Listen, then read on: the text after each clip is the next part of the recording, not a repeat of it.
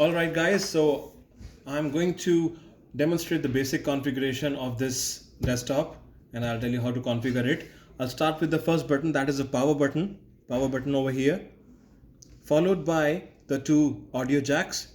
This is a type C USB, followed by the USB port.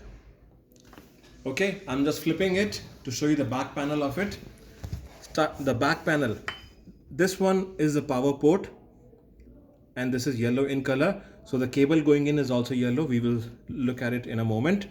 Followed by the DP, the display port, okay, and then followed by the USB port, the USB port followed by the HDMI port. So it is very easy to make out the difference between the USB, DP and the HDMI. So accordingly we will be putting the cables. This HDMI is followed by the three USB ports, 1, 2, 3. All three are USB ports, and these three USB ports are followed by the network port. Okay, so now I'll stay on the back panel and I'll demonstrate how we are supposed to be plugging in all the cables. So I'm not starting with the power cable because this is not how we're supposed to do. We will first start with the accessories. This one is the mouse, and the mouse obviously has the USB end to it, so I'll use the USB port, followed by the keyboard. Keyboard again has the USB end to it, and I'll put this in the USB only. So now I'm able to get my hands on the LAN cable, and LAN has, this is the LAN port. So you will see the make of the shape of this port, and accordingly the cable is made for it. So this is a little lifted up from the top.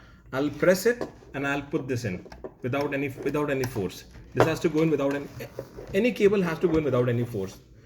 And if this is supposed to be taken out, this needs to be pressed first. Press and take it out, and keep it pressed. Put this back in.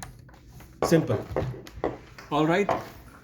Now coming to the display port.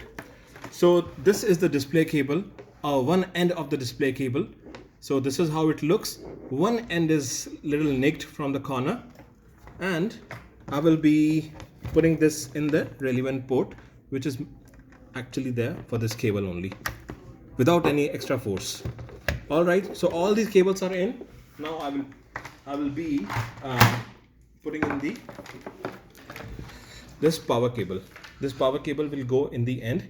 As you can see, there is a pin in the port, and there is a notch for the pin itself. Okay, so this can go either ways, and there is no left or right on this, and this is how it will all look like.